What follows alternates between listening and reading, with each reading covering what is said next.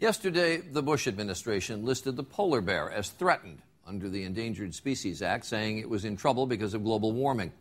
Well, today, a major new study links human-caused greenhouse gases to global warming, which is attacking not only the polar bear, but life everywhere on the planet. Bill Blakemore talks with the study's lead researcher in this week's installment of his Nature's Edge notebook.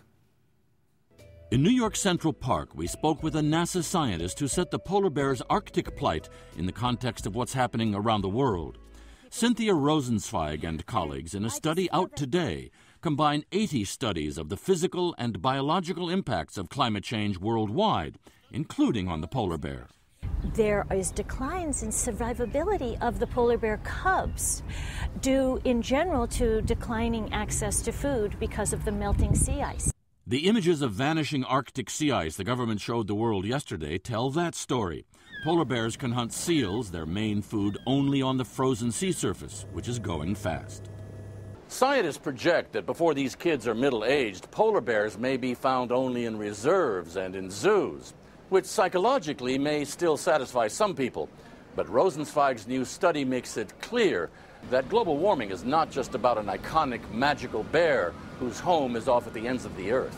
Our study focused on the warming that's been happening since 1970. The global average is only 1 degree Fahrenheit.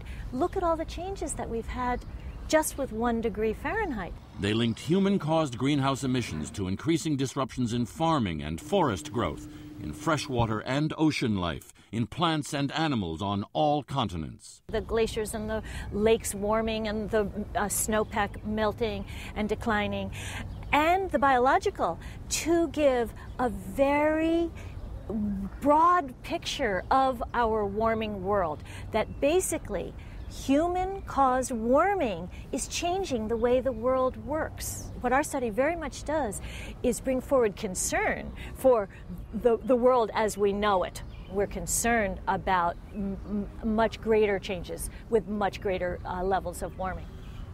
Rosenzweig says it's frightening, but she's optimistic now that science has a clear picture of the overall impacts, that humanity will now work together to get climate disruption under control. Bill Blakemore, ABC News, New York.